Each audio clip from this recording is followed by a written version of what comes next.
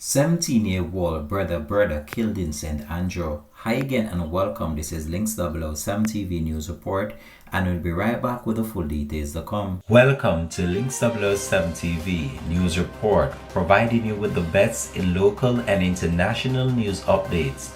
This is a place where you can get the most reliable and informative news information.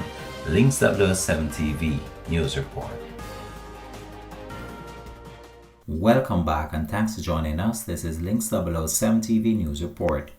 The police are probing the circumstances surrounding the death of a 17-year-old boy who was reportedly attacked at the intersection of Ashley Road and Burke Road in St. Andrew on Friday. He has been identified as Saheed Mitchell, otherwise known as Bredda Bredda, of Metcalfe Road in the parish. Reports are that at around 8:40 a.m. the police were in the area when they heard loud explosions. The officers went to investigate and found Mitchell with what appears to be a gunshot wound along the side of the road. He was taken to hospital where he was pronounced dead. The police have since commenced an investigation. This has been Links 007 TV News Report. Thanks for watching.